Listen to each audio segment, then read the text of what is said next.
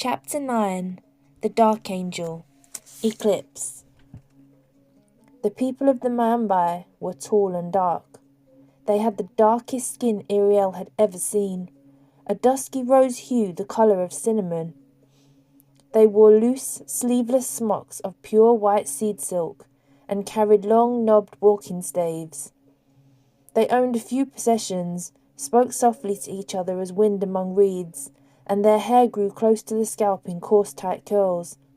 They were nomads, Ariel discovered, combing the desert for game and other foodstuffs, that they had taken away her torn and bloodied kirtle and given her one of their own garments. Ariel realized, the first time she'd awakened, clear-headed enough to take in her surroundings.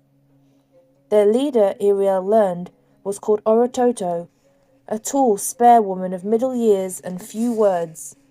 She tended Ariel's wounds with poultices and herbal broths. At first, Ariel slept much, but gradually as Solstar rose towards its zenith and Oceanus waned, she felt her strength beginning to return, and the Mambai bore her along with them as they moved east. At one point, after much travel and a little rest, the Mambai laid their camp next to a stony wall, drove their staves into the sand, and hung their canopies from them. Ariel they laid in the shade of one of these, and Orototo knelt beside her, feeding her choice bits of roasted desert hare. Ariel turned to her. She was feeling well enough for conversation. "The desert cannot hold much food," said Ariel. Orototo tore off another tender bit. "There is enough," she said. Ariel savoured the taste of the morsel in her mouth. "Still," she said, "there'd be more for your people if I were not here." She had not touched the Durra's velvet pouch, now worn on a thong about her neck, since she'd been with the desert folk. Their hospitality did not permit a guest to draw upon her own provisions. The desert woman checked the poultices on Ariel's throat and added a few drops of water from a shallow dish on the sand beside her. "The Pendulon has asked us to see to you," she said, "and that is enough." "The Pendulon?" said Ariel, puzzled. "Who is that?" Orototo gave a throaty laugh. Her wise pale brown eyes danced. "You do not know? He's the one who rescued you." Ariel gazed at her surprised. "The lion?" The other nodded. Ariel glanced down. She'd occasionally heard the people of her village exclaim oaths of, "By the Pendulon," but she'd never used the expression herself. "But," she said at last, "what does it mean?" "Pendar-lon," her physician explained. "It means Warden of Pendar." That her voice held no rancour encouraged Ariel to inquire further. "And where is Pendar?" she asked. Orototo looked at her in surprise. "Why, this!" she exclaimed with a nod that took in everything around them. "All that you see about you to the horizon and beyond." "But I thought," said Ariel, "I thought that Pendar was a great land of cities and ancient wisdom. Taub said the old ones lived in Pendar." The desert woman nodded sadly and offered Ariel the last morsel, but Ariel shook her head. She'd eaten enough. "Once, little pale one, once. Their glory is all laid to waste now." She fed the titbit to one of the thin sandy camp dogs and washed the grease from her dark fingers in the shallow bowl. "The old ones are few and far between. They're growing afraid of the outside. Most of them hide in their domed cities now, far from each other, shut off from the world." She shook the water from her hands and waved them slowly to dry. "They come out so seldom now that most of your people think they'd all died years ago." The wise woman shook her head. "Not so. You should know better." "What does the Pendulon do?" inquired Ariel. "Ah," said Orototo. "He runs back and forth over the land, guarding the borders and looking to the safety of his people." "Who are his people?" said Ariel. The dark chiefess gave another low throaty laugh and gestured towards the Mambai youths, filling their water skins at the well.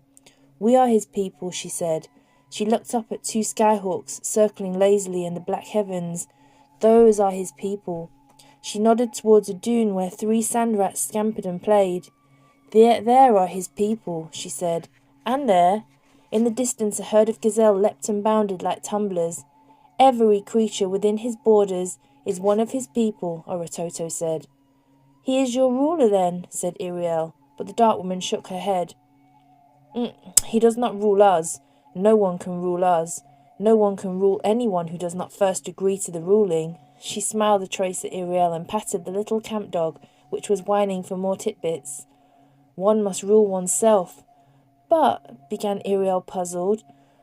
But if the Pendulon... He's our warden and our guide, the chiefess told her, and everyone is free. Ariel shook her head, still not understanding. But do you, Oratoto, not rule the Mambai?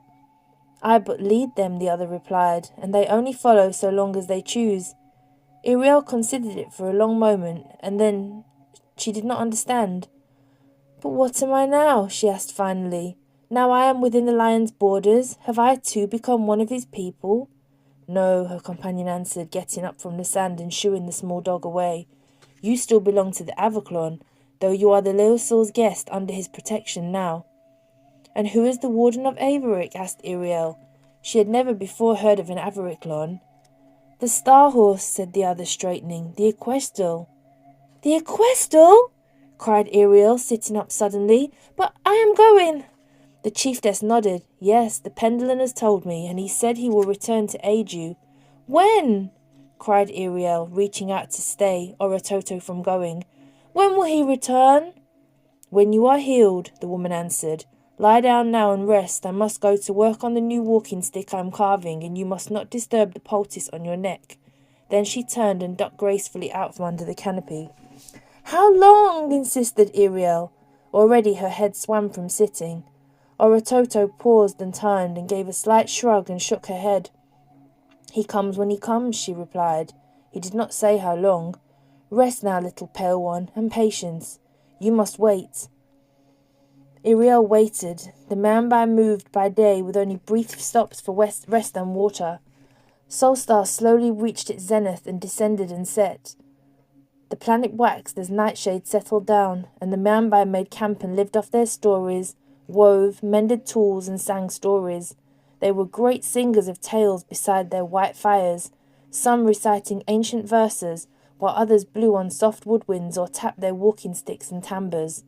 Ariel heard strange tales of all the peoples of the world and of ancient days on Oceanus as well, but her favourite was a desert tale, the song of the youth who tried to give up his walking stick, but every time he pretended to forget it and left it behind, it came skipping and jiggling over the sand in pursuit, until it had rapped him soundly on the head 3 times, shouting, What are you doing? Don't you know I am yours? If I did not run after you, you'd just have to come back and find me. This until the youth learned that some things it is not wise to lay down. Hearing this tale by the cook fires late that first fortnight, Ariel had laughed till her sides were sore. The last long nightshade passed, and Solstar rose. The Mambai took up their wandering again. The wound on Ariel's neck had healed over in a smooth white scar. She found herself able to walk with the train, the length of each march, without tiring. Oratoto gave her a carved walking stick, and then taught her how to stalk the cautious desert creatures, hares and deer and dust hens. Soon Ariel could throw deftly enough to fell quarry at 90 paces, giving her staff, when she launched it, that peculiar flick of the wrist which the chiefess had shown her, a flick which caused the arching shaft to reverse itself with a snap in mid-flight, bringing its heavy, knotted crown down in a hard, swift stroke.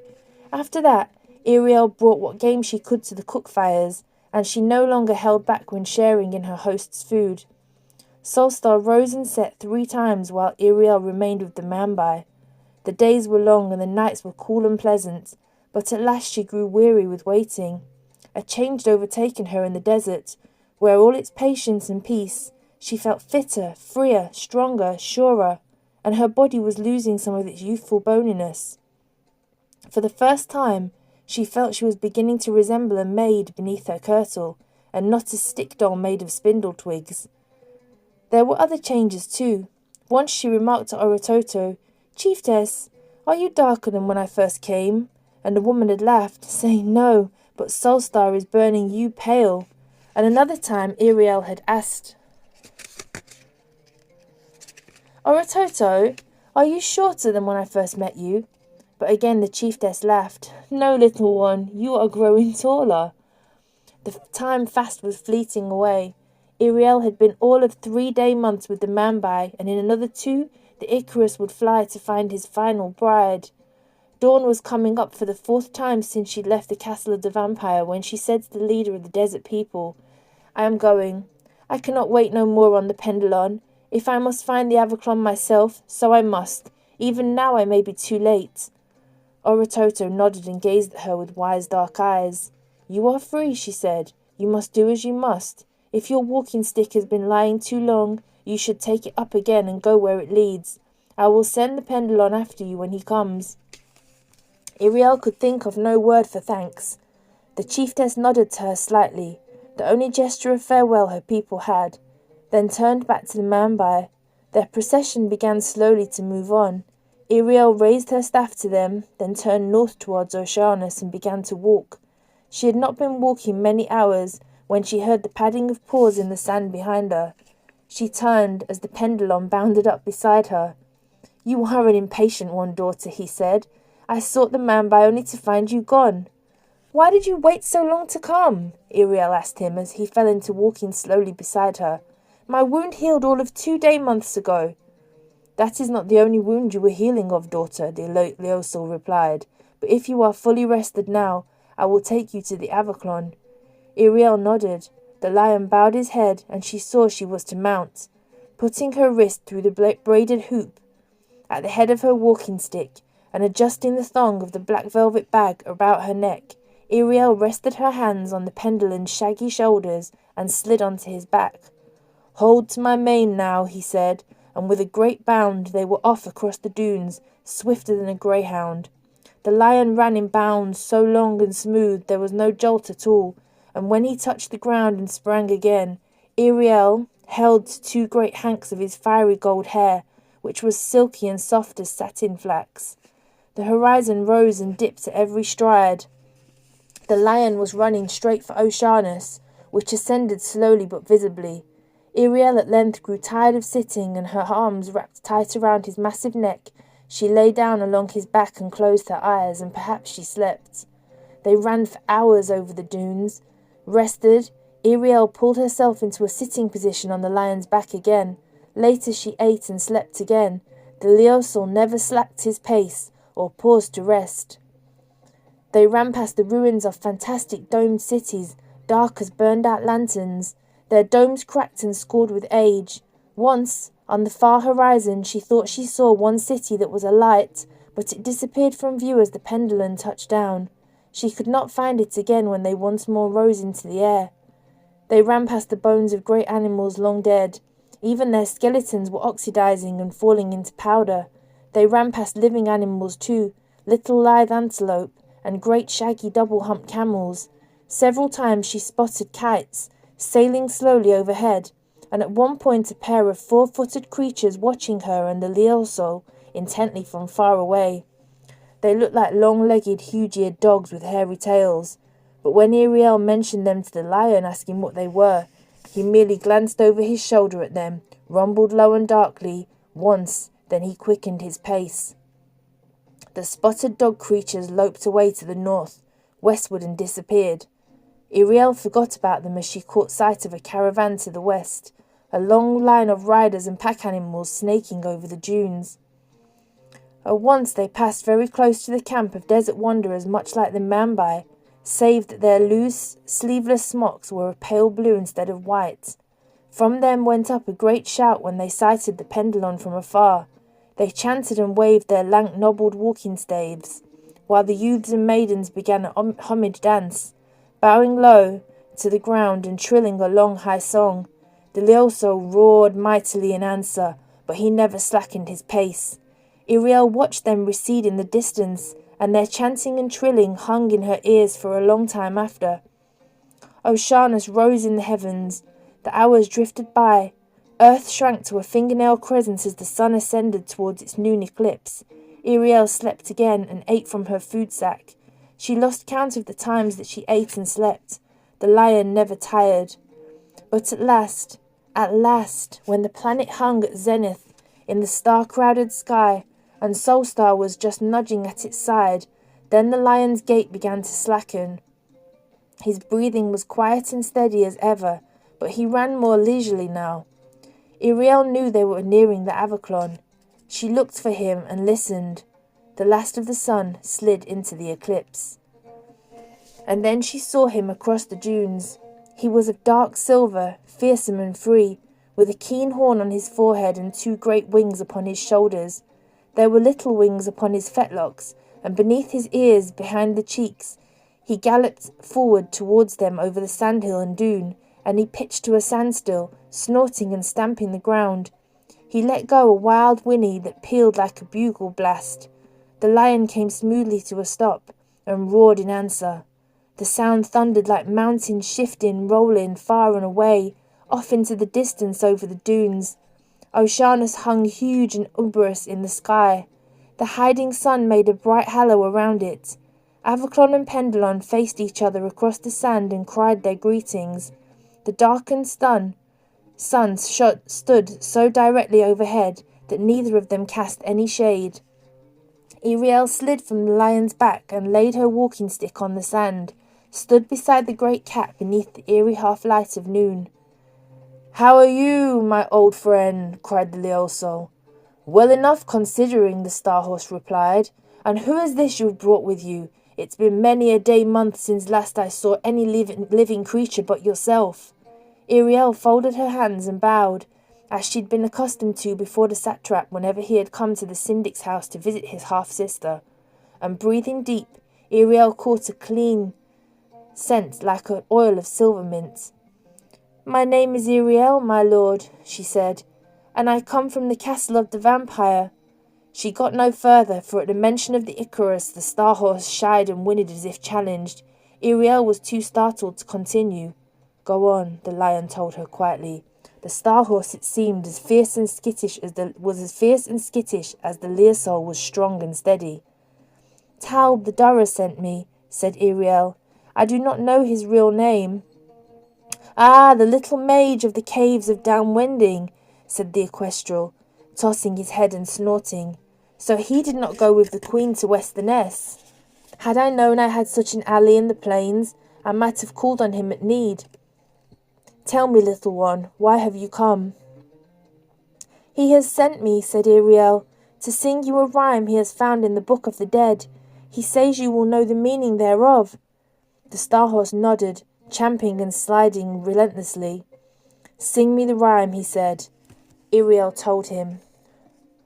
"On Averic's white plain, where the Icarus now wings, to steeps of terrain, from tour of kings, and damsels twice 7, his brides have all become, a far cry from heaven, and a long road from home. Then strong hoof of the Star-Horse must hallow him unguessed, if adamant's edge is to plunder his breast. Then only may the war-horse and the warrior arise, to rally the war-hosts, and thunder the skies." The Equestrial nickered softly and grew suddenly gentle. Beside her, Iriel thought she caught the faint rumbling of the lion's purr. "Yes, child, yes," the Star-Horse exclaimed. "I have heard that song before. It was one of the riddles sung over me at my making. I know its meaning well." "Your making?" said Iriel in wonder. "Are you not mortal? Were you not born?" The Star-Horse laughed, whinnied and shook his head for sheer exuberance. "The old ones made me, child, and the lion, and the hippogriff of the eastern steeps, and the griffon of terrain, and the great she-wolf of forested burn, and the lithe serpent of the sea of dust." His eyes grew bright and far, and he breathed deep. "Made these and the other wardens of the world. Ravanna, Ravanna, she was a wise woman." The Pendulon had sat down purring on the sand near Iriel, and began nibbling and licking his paw. The Equestrial reared and danced where he stood. "Ravanna?" ventured Iriel. "Who is Ravanna?" The Avaclon whinnied fiercely, and the Sun Lion roared. "Ravanna! Ravanna! The ancient who made us!" the Star-Horse replied. "When I was but a fledgling foal, and the Pendulon a cub, and all the other lons but hatchlings or whelps, then she sang over us a song for each, a destiny to strive after. It would come to pass, she said, if our hearts proved true enough and fate ran fair." The Avaclon rose and pawed the air with his hooves. His great grey wings beat like a bird's. Oh, she was learned and steadfast and kind. She foresaw the great changes that were to pass, even the coming of the Ikari and how they might be undone. "Tell me of the old ones," Iriel begged him. Curiosity burned in her to know. Then the Avaclon nodded, and Iriel sat down on the sand near the Leelsil to listen, while the Star Horse spoke to her of ancient days, of the coming of the ancients into the world, plunging across the heavens from Oceanus in chariots of fire. How they brought air and water and life to the land, bred plants and made creatures to populate it, then fashioned all the people of the world. Iriel was stolen away with wonder at his tale, and the Star Horse seemed to grow more beautiful and spirited as the eclipse reached its fullest. But then he spoke of great wars and plagues on Oceanus, of the departure from their homeland for all but a few of the heaven-born. Then the chariots ceased coming, and gradually the land began to change. Most of the water ran off into the ground, and the atmosphere began to thin. Species of plants and animals died out, one by one. The ancients then sealed themselves off in their domed cities and refused to have more to do with the slowly dying planet. Left to themselves, the people fell into tribalism. Ravanna had been the last to go, to disappear into her domed city, sealed away from further comments with the world. But before she'd gone, and she would not say why she was going, she had fashioned the wardens, more than a dozen of them, to watch over the various quarters, protecting the people and keeping the peace until such time, lost far into the indefinite future, that she had promised to return. And the wardens had kept their rangers well for almost 1,000 years, until the coming of the Ikari. No creature seemed able to stand against them. 6 Lons had already fallen to the 6 that had come so far, and now this last, the 7th, was in Averick, and when he joined their ranks as a true vampire and made their number complete, it was said then that they meant to fly in force against the other kingdoms and take all of the world in their teeth. And to Iriel, swept away by the Star Horse's words, it seemed for a moment that her heart was no longer her own. She sensed the Equestrial's cold hatred for the vampire and his brethren. The Sun Lion's more hated ire. She felt the same outrage well up in her own breast against the Ikari, be they ever so fair. As at last she comprehended the full malevolence of their intent, she stared at the Star Horse in dismay. "But why have you abandoned Averick to the Darkangel?" she cried. The Avaclon gave a low, hoarse laugh that sounded bitterly amused. "Daughter, you speak as though you believe I gladly left. Child, I am exiled, unwilling. Do you not think I would return to vanquish the vampire if I could?" The great horse shook his head. "He has proven too strong for me, and my fate is left unfulfilled." He gazed off across the rolling dunes towards Averick. "Though neither could he destroy me, nor would I let him catch me to enslave me, so he's driven me out with his terrible might." The words had greatly saddened him. He paused for breath. Above them the eclipse was nearing its close. In a moment Solstar would peer from behind the planet. "But now," said Iriel, "the time is ripe.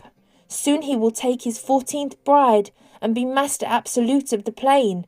You must come back with me. Is it not written that by the hoof of the Star Horse the vampire shall fall? Come back with me." The Avaclon shook his head slowly. He looked visibly weaker than he had only a few minutes before. His head drooped. His coat no longer shone. He seemed to grow gaunt before her eyes. "If only I could, child," he whispered, his voice growing thin and hoarse. "If only." The rim of the sun slid from behind Oceanus. Light spilled over the dunes. The Avaclon gave a low moan of despair. His eyes were dull and glazed. His flesh shrank and melted away beneath the skin. Iriel saw his bones. "What is it?" she cried softly. "What is happening?" "Hush, child," said the lion. "He cannot hear you now." The Star Horse moaned again and shuddered. "Averick!" he cried. "Averick! Averick!" His legs grew stick-thin and buckled. He pitched forward into the sand. Iriel gasped and pressed closer to the lion. "Tell me what is happening," she begged him. I'm afraid." The grey horse struggled to rise. His wings thrashed desperately. His legs folded under him like a newborn colt's. His second attempt was weaker. His third weaker still. His wings ceased beating. He gave a deep sigh. His head bowed slowly, slowly till his nose just touched the ground. His rib-cage heaved and his breath stirred the sand. "Each of us," the lion said, "each of the wardens is bound to the lands we ward. None of us can spend many day-months from our domains without—" Iriel hardly heard the rest. Solstar was halfway out from behind the planet. The Starhorse aged before her eyes. He no longer struggled to rise, or even keep his head up, but just to keep himself upright. He swayed, righted himself, swayed again. At last he lost the battle, and he rolled slowly over onto his side. His long, graceless legs kicked and writhed. His head moved feebly in the sand. His jet eyes stared at the sky above. Iriel could see white Solstar reflected in it. Then his eye darkened, and even the reflected light in it went out. He lay still. His flesh moulded and crumbled. His moth-eaten skin hung in rags from the bone. The tatters sagged in the slight wind, tiny pennants. Then they too were gone, and only the hard things were left. Teeth, bones, hooves, and horn, and a few strands of his mane and tail, and the feathers of his wings. The desert wind sighed softly. Some of the feathers drifted away across the dunes. "He is dead!" cried Iriel, unable even now quite to believe it. "Why did you do nothing? What killed him?" "Exile killed him. He tried many times to return to the plains. Each time the vampire drove him back at the border. He has not set hoof in Averick for 12 years. "He's been here 12 years?" said Iriel. "But I thought—" The lion nodded. "It's just as I said. He has been dead 12 years. "But," Iriel began, "I saw him living." The pendulum shook his head. "Daughter, have you not heard that phantoms walk at noon?" Iriel looked at the heap of bleached bone on the dune before her. The slight desert wind breathed soft against her skin, lifted her hair. She gazed at her feet. She felt empty all of a sudden and utterly alone. Her quest had failed. The Starhorse was dead. She heaved a little sigh, felt starved for air. Her head hurt, her throat hurt. "Then it's hopeless," she whispered. "And it was hopeless from the first. Why did you not tell me at once that he was dead?" "Because it makes no matter," said the pendulum. "No matter?" cried Iriel. "The Starhorse is fallen. He cannot come back with me. Now the Darkangel can never be vanquished, and I cannot save his wives. All is lost, and I have failed." "Nothing is lost," the lion said, "nor have you failed. Sing me the rhyme again." Iriel did so, repeating it dully. "On Averick's white plain, where the Icarus now wings, two steeps of terrain, from tour of kings, and damsels twice 7, his brides have all become, a far cry from heaven, and a long road from home. The strong hoof of the Starhorse must hallow him." She was midway through the third coupling when the pendulum stopped her. "There! That line. Say it over." Iriel drew breath and started to repeat it. "Then strong hoof of the Starhorse must—" "Ah, child!" the lion cried. "Do you not see? The hoof! The hoof is your prize, not the equestrian himself." Iriel stared at the warden before her and wondered if, of a sudden, he could have gone mad. She shook her head to clear it and tried to find her tongue again. "Pendulum, what do you mean?" A laugh purred deep in the lion's throat. "You have but to take his hoof, daughter, and your quest is done." Surely his manner was not mad, she reflected uncertainly, though the words made no sense to her. She glanced at the skeleton of the Avaclon. Abruptly, she remembered the Durra's words. "Seek after the Starhorse, he of the strong hoof, undying. Bring back what you may of him, for it is by the hoof of the Starhorse that the Icarus will fall." Bring back what you may of him.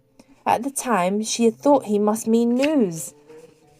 She stood for a moment indecisive.